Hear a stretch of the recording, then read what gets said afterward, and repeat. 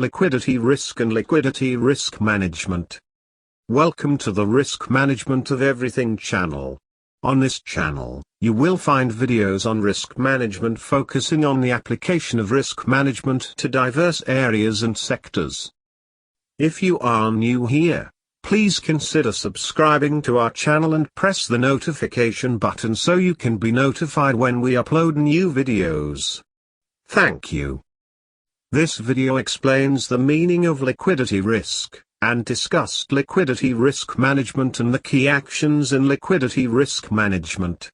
In this video, you will understand the meaning of liquidity, liquidity risk, sources of liquidity, factors influencing a firm's liquidity risk, sources of liquidity funding, trigger events, liquidity risk tolerance, the role of balance sheet management, measurement of liquidity risk, challenges of a successful balance sheet management, regulatory responses to liquidity problems, bank actions to strengthen liquidity risk management, liquidity risk management process, essential principles of a robust liquidity risk management, and implementation of a successful liquidity management program.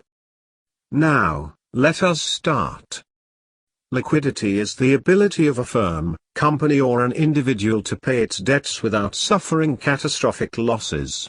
Investors, managers, and creditors use liquidity measurement ratios when deciding the level of risk within an organization. If an individual investor, business, or financial institution cannot meet its short-term debt obligations, it is experiencing liquidity risk. This implies that liquidity risk occurs when an individual investor, business, or financial institution cannot meet its short-term debt obligations. The investor or entity might be unable to convert an asset into cash without giving up capital and income due to a lack of buyers or an inefficient market. The ability of a financial institution to meet the demand for deposit withdrawals and other cash outflows is a good indicator of the firm's viability. An institution's liquidity management process should ensure that daily funding needs are met. The liquidity management framework should address expected and unexpected deviations from the normal operations. Banks and other financial institutions should have a sound liquidity risk management framework for identifying, measuring, monitoring, and controlling of its liquidity risk. Liquidity risk may be either funding liquidity risk and asset liquidity risk. A sound liquidity risk framework should improve the resilience of a firm's liquidity shocks and address fragilities identified during a liquidity shock crisis. The liquidity risk framework should be enhanced by engaging appropriate monitoring tools to identify and manage newly emerged liquidity risks. The integration of liquidity risk into a robust risk management system is essential to ensure the viability of a firm. Generally, banks and securities firms are susceptible to liquidity risks by virtue of their operations and activity. There are some risks that make sound liquidity risk management a huge challenge for securities firms. Many banks enjoy a relatively stable source of core funding through unsecured customer deposits, but securities firms are not deposit-taking institutions. Securities firms would depend on their capital and on their ability to raise funds from external sources. This often makes securities firms to be relatively more exposed to the price and credit risk sensitivities of funds providers. In times of market stress, or for reasons inherent in the firm, such as a rating downgrade, liquidity may not be accessible on a timely or cost-effective basis, or in amounts sufficient to meet the needs of the firm, thereby endangering the firm's capital and its existence. Sources of liquidity. For a company, its sources of liquidity are all the resources that can be used to generate cash. There are generally two major sources of liquidity for a company, primary and secondary sources. Let us discuss these sources of a firm's liquidity. Primary sources of liquidity. Primary sources of liquidity are either cash or other resources that can be converted into cash very easily. Primary sources of liquidity can be easily used to generate liquidity for the company. They are generally cash and other near-cash assets. More specifically, they include 1. Cash balances, generally in a bank account. They can be either actual cash already stored in bank accounts or cash that can be generated by the liquidation of short-term securities, which comes with a maturity of less than 90 days. On the balance sheet, such sources of liquidity are generally indicated by the item cash and cash equivalents. 2. Short-term funds. They include commercial credit, that is, trade payables, bank credit, and short-term securities not maturing within 90 days. 3. Cash flow management. They are related to the company's ability to manage cash effectively and the level of decentralization of cash inflows and outflows. For example, a company with a highly decentralized collection system may find it more difficult to access cash resources promptly.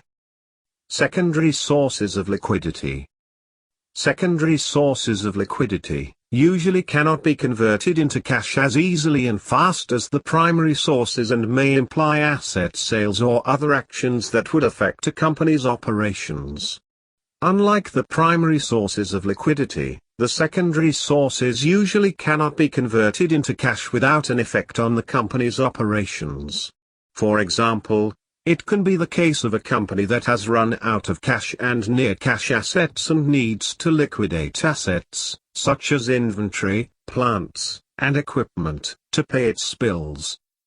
More specifically, a company's secondary sources of liquidity include 1. Negotiating its debt obligations. A company can generate liquidity by getting more favorable terms on its debt, that is, by renegotiating maturities, the size and timing of principal repayments, and interest rates. 2. Liquidating assets. It can involve relatively liquid assets, such as inventory, or other less liquid assets, such as plant, equipment, and real estate properties. The urgency with which the cash is needed in the situations where liquidation is necessary generally implies that the assets are sold at a discount to their usual price. 3. Bankruptcy protection and reorganization. This is necessary to ensure continual existence and improved performance of a firm. Factors influencing a firm's liquidity risk. Funding liquidity risk can be increased through the following factors. 1. Seasonal fluctuations in revenue generation. 2. Business disruptions. 3. Unplanned capital expenditures. 4. Increased operational costs. 5. Poor working capital management. 6. Poor matching of asset duration to debt duration. 7. Limited financing facilities, and 8. Poor cash flow management. Having discussed sources of liquidity and factors influencing a firm's liquidity risk, it is necessary to discuss sources of liquidity funding, that is how to fund liquidity. Sources of liquidity funding. There are two main ways of funding liquidity: assets funding and liabilities funding. Let us describe these two sources of liquidity funding. Assets funding sources. Funding liquidity risk refers to the risk that a company will not be able to meet its short-term financial obligations when due. In other words, funding liquidity risk is the risk that a company will not be able to settle its current outstanding bills. The amount of liquid assets that a bank maintain is a function of the stability of its funding structure, the risk characteristics of its balance sheet, and the adequacy of its liquidity risk measurement program. Generally, a lower level of unencumbered liquid assets may be sufficient if the source of funding is stable and other risk characteristics are predictable. Liabilities funding sources. Deposits are the most common source of funding of banks and other financial institutions. Liquidity needs can also be met by raising funds through other liability sources. Other liability sources, including borrowing, may constitute a source of funding of daily business activities. Deposits and other liability sources are often differentiated by their stability and customer profile characteristics.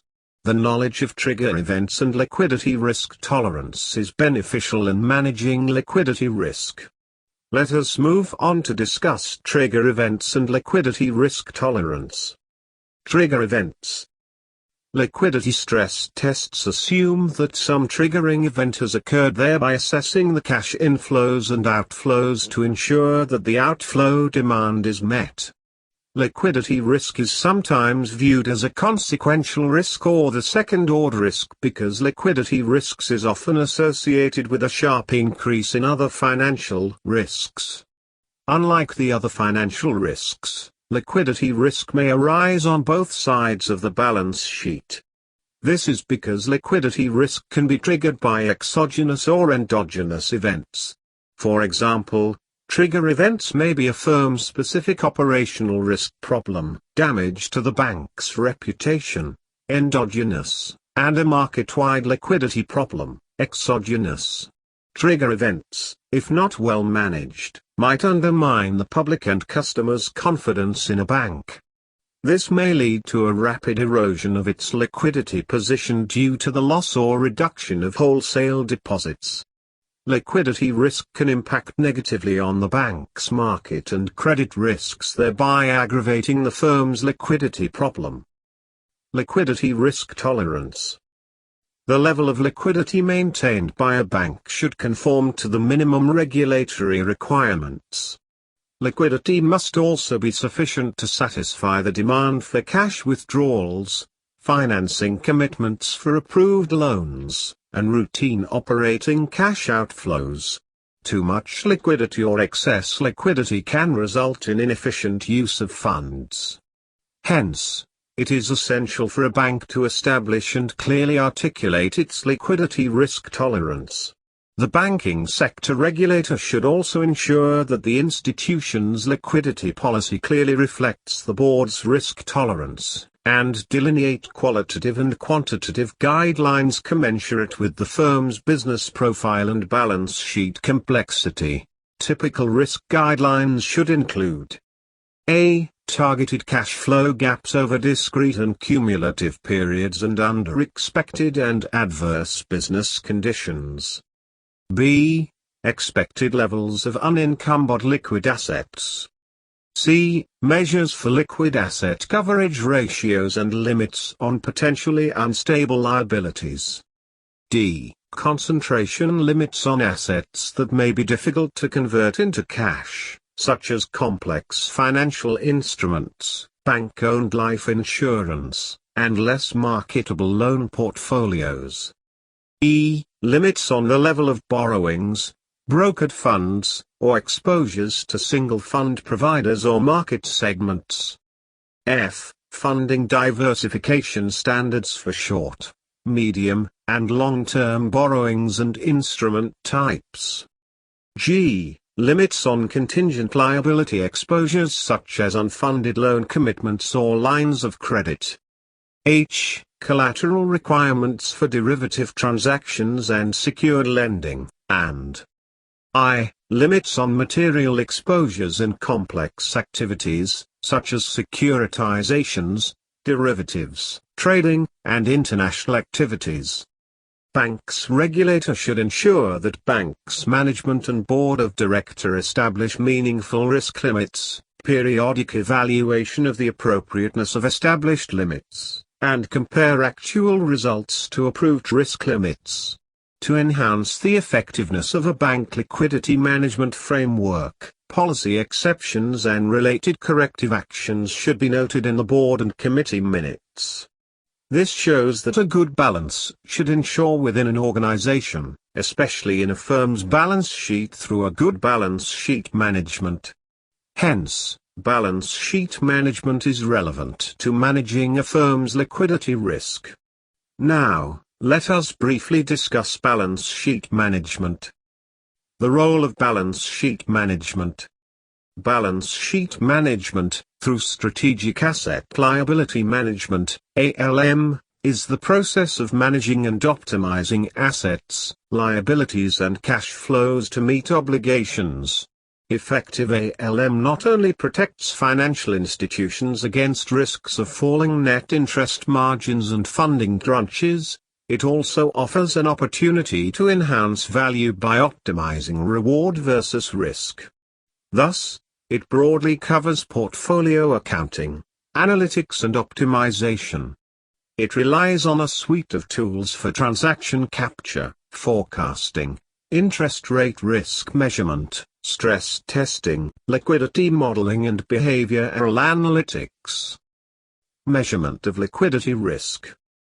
Liquidity ratios, such as the current ratio and quick ratio, can be used as an indicator of a company's funding liquidity risk. The current ratio is the most common ratio used to measure liquidity risk. The formula of the current ratio is current assets divided by current liabilities, where current assets are assets that are expected to be converted into cash within a year, and current liabilities are liabilities that are expected to be due within a year. Additional ratios such as the interest coverage ratio, debt to gross cash flows, quick ratio, etc. should be used to provide a better picture of a company's funding liquidity risk. Let us see an example of a company's balance sheet to demonstrate how liquidity risk can be measured. Here is a sample of a balance sheet. This is an example of a company's balance sheet. Based on the above balance sheet, what can an investor infer about the company's funding liquidity risk? You should take a second look at the balance sheet to identify the funding liquidity risk in the balance sheet. A closer look at the above balance sheet reveals that the company has a current ratio of 0.42x and a quick ratio of 0.40x. Therefore, it would imply that the company faces a significant risk. Challenges to successful balance sheet management. Here are 4 major challenges to a successful balance sheet management. 1. No centralized view of balance sheet management. Siloed departments and business units limit a firm's ability to understand its balance sheet positions, especially those which involve optionality and customer behavior, or effectively assess the impact of liquid assets and asset classes across geographies, business units and asset classes. 2. Limited analytic capabilities. Without sufficient analytics, firms have extreme difficulty projecting cash flows and net interest margins for underlying transactions, particularly when those transactions number in the millions. 3. Insufficient stress testing. Because too many firms have commonly ignored trading and funding liquidity considerations in stress testing, they are unprepared for the impacts of market shocks, making it hard for them to get out of positions easily or to attract new funding. 4. Overcoming the compliance mindset. If firms focus too much on the compliance requirements surrounding balance sheet management, they may overlook the business benefits that can be gained. Practical example to understand liquidity. Liquidity is defined as the ability to meet immediate and short-term obligations, within a year. As such, funding liquidity risk is the risk that a company is unable to meet its immediate and short-term obligations in a timely manner. This risk is a major concern for cyclical companies where operating cash flows and debt obligation due dates might not match up perfectly.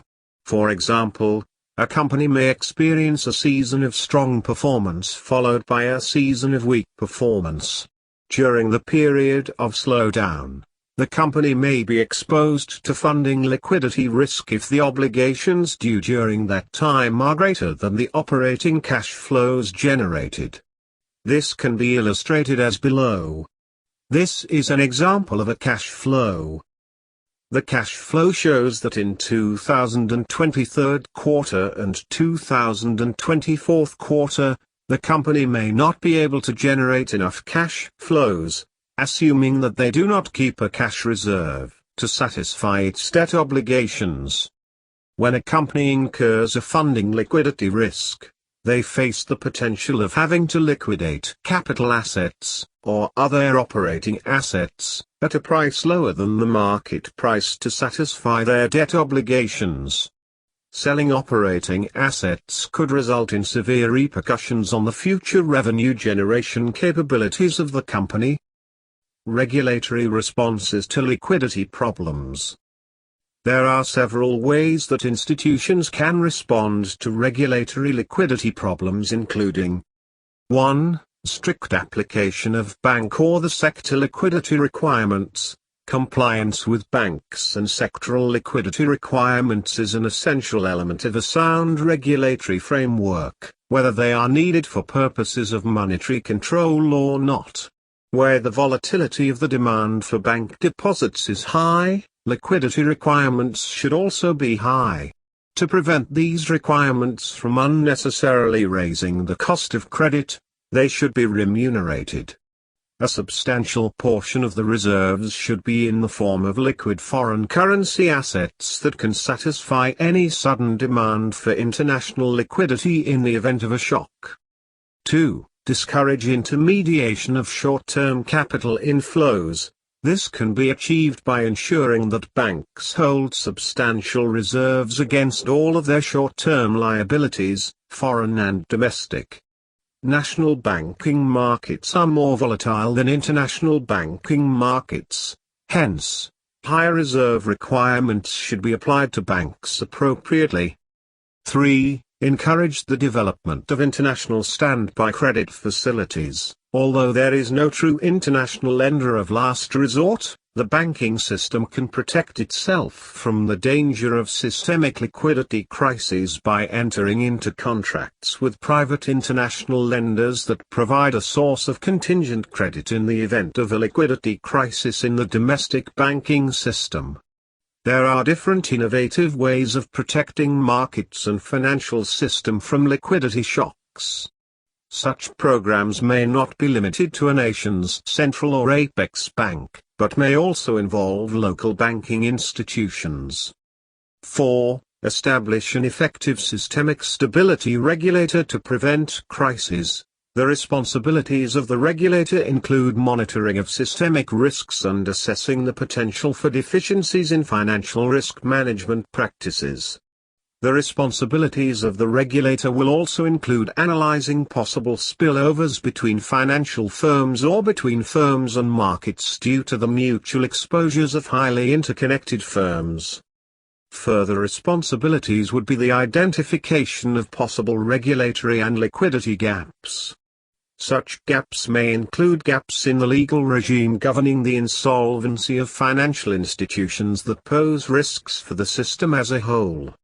Further responsibilities may include curtailing of systemic risks across the entire financial system encompassing corporations, households, and capital inflows, as well as ensuring a sound crisis management and financial institution resolution.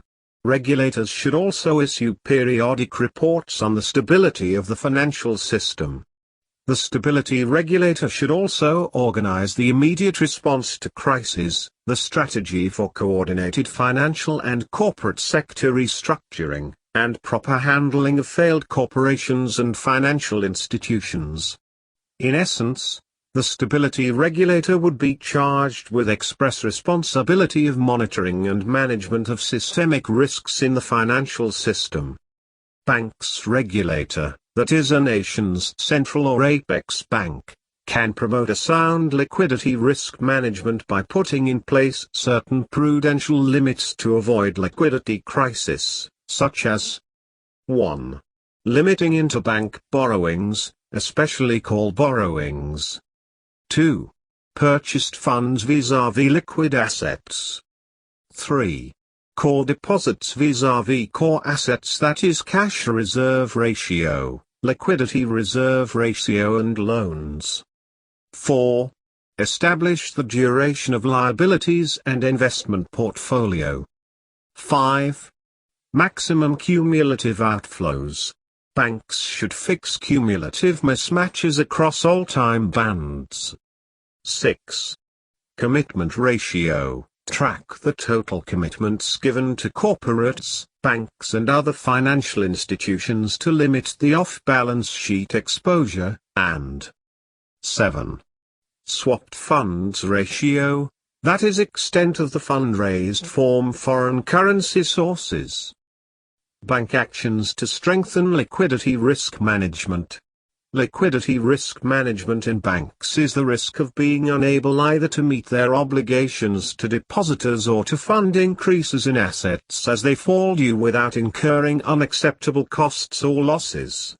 Liquidity risk may occur if depositors collectively decide to withdraw more funds than the banks immediately has on hand, or when the borrowers fail to meet their financial obligations to the banks. Amongst others, liquidity risk may occur in two ways. Firstly, it arises symmetrically to the borrowers in their relationship with banks. For example, when banks decide to terminate the loans but the borrowers cannot afford it. Secondly, it arises in the context of the bank's relationships with their depositors. For example, when the depositors decide to redeem their deposits but the banks cannot afford it. In practice, the banks regularly find imbalances or gaps between the asset and the liability side that need to be equalized because, by nature, banks accept liquid liabilities but invest in illiquid. If the bank fails to address the gap, liquidity risk might occur, followed by some undesirable consequences such as insolvency risk, government bailout risk, and reputation risk. The failure or inefficiency of a bank's liquidity management may arise due to overbearing liquidity pressure, inadequate liquid instruments, the bank's condition at the time of liquidity pressure, and the inability of the bank to secure internal or external liquid sources. If not well managed, internal and external factors can cause liquidity risk problems within banks.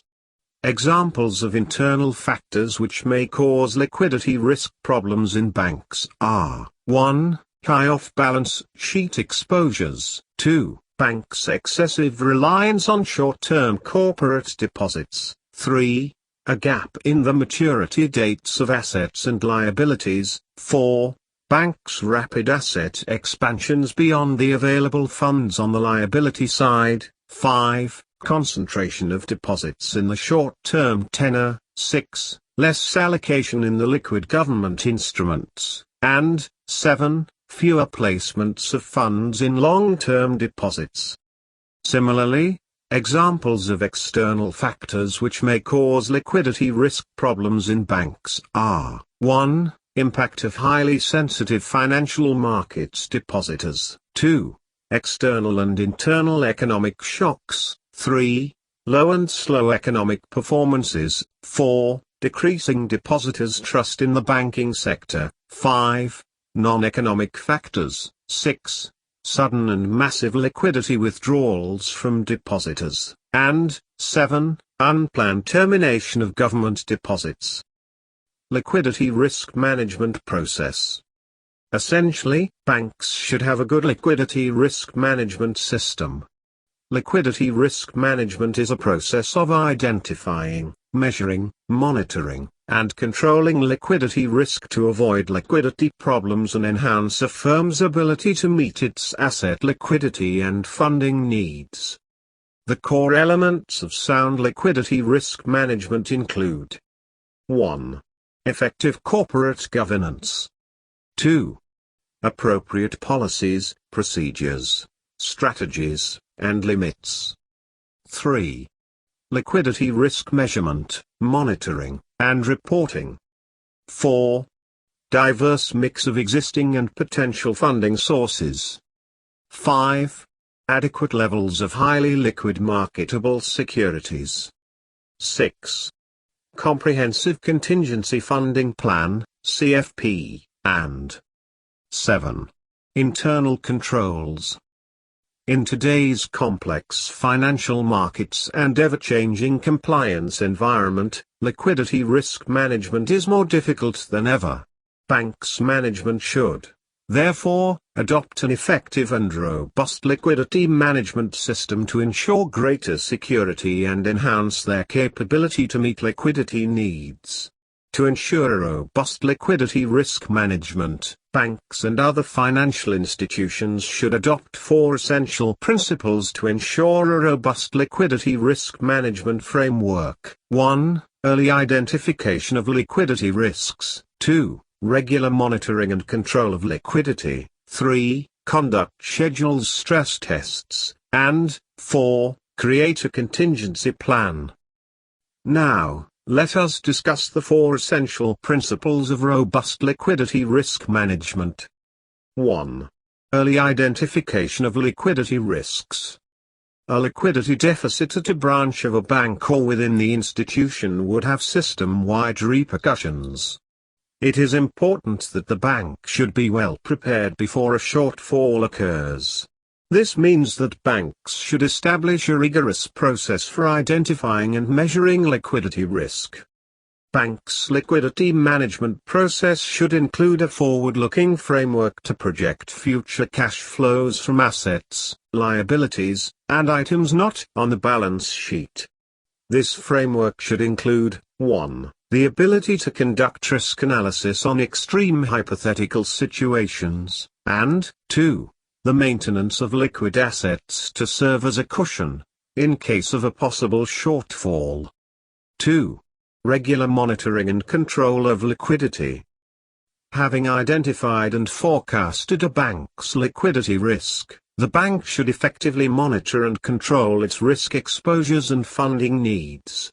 Depending on the size and scope of the bank, this monitoring needs to account for multiple legal entities, business lines and international currencies. The bank also needs to account for banking compliance regulations that might limit the transferability of its liquid assets.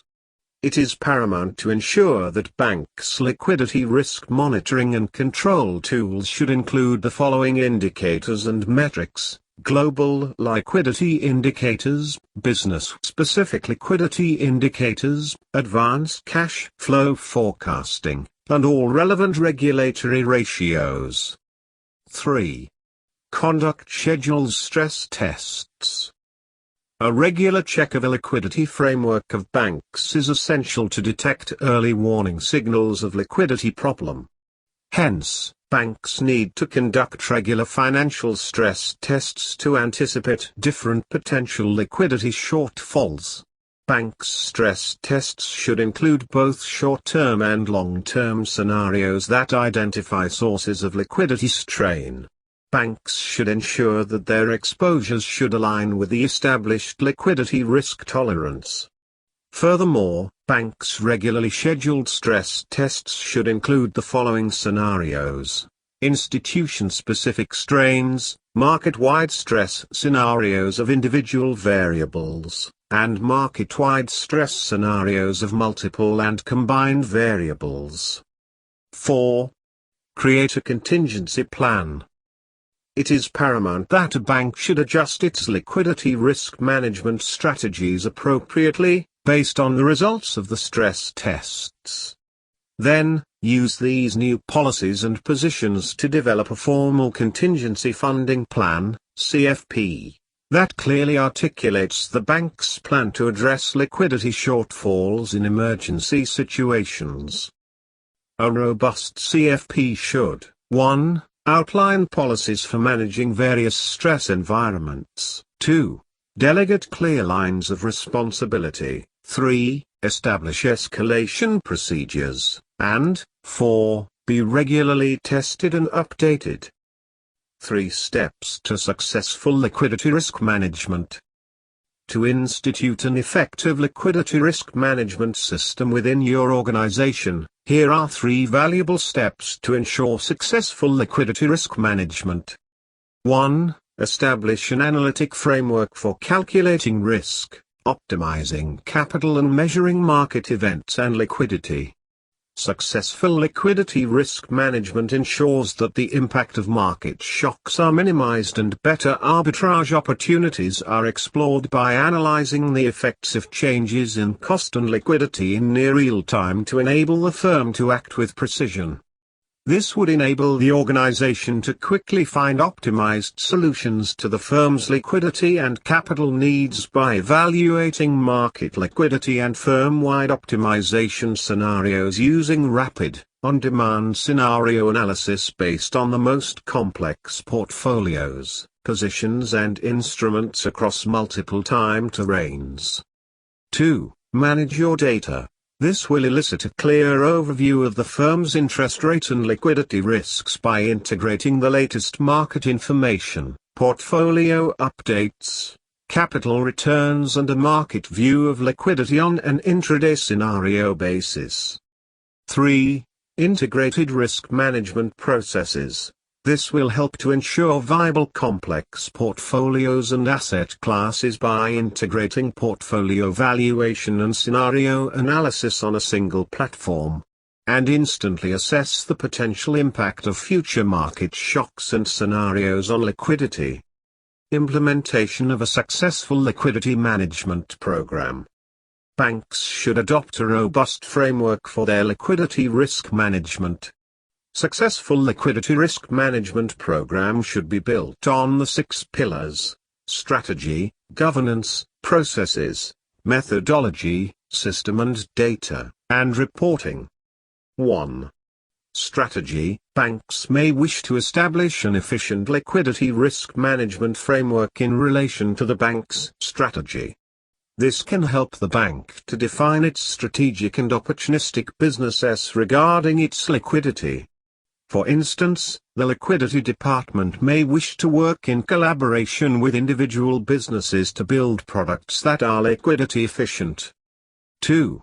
Governance. Banks may wish to assess their current situation and develop a broad liquidity program covering short-term, survival horizon, regulatory requirements, and long-term liquidity management goals by implementing a centralized and distributed flexible framework for both entities and groups to address regulatory requirements. 3.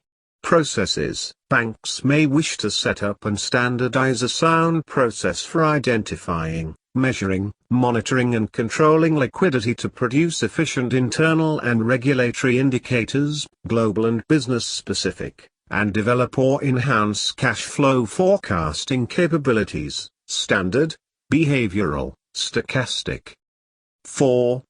Methodology. It may be advantageous to define and implement monitoring indicators including global indicators, consolidated at the group level, business-specific indicators, advanced cash flow forecast to measure liquidity risk and help take corrective actions, and regulatory ratios. 5. System and data. A 5-step approach may be considered, subject to the peculiar nature of individual bank. 1. Define the blueprint target architecture. 2. Identify reusable existing platforms and associated conditions of integration. 3. Identify IT solutions to close the gap between the current state and target state. 4. Build scenarios. Mix of build versus buy, and 5. Build a business case to assess each scenario. 6. Reporting. Disclose information such as Basel III liquidity ratios and respond to local regulatory requirements should be adequately addressed. Conclusion. In this video, we have discussed the meaning of liquidity, liquidity risk, sources of liquidity, factors influencing a firm's liquidity risk, sources of liquidity funding, trigger events, liquidity risk tolerance, the role of balance sheet management, measurement of liquidity risk, challenges of a successful balance sheet management, regulatory responses to liquidity problems, bank actions to strengthen liquidity risk management process, essential principles of a robust liquidity risk management, and implementation of a successful liquidity management program. Hope the video is educative and beneficial to you. Which aspect of the liquidity risk management process do you consider to be more important? Please post your answer to this question in the comment section. If this video has been helpful and beneficial to you, then give it a thumbs up and share it with your friends. Thank you for watching the Risk Management of Everything videos. Please post your comments and questions below in the comment section. Do not forget to subscribe to our channel, Risk Management of Everything. Thank you for watching.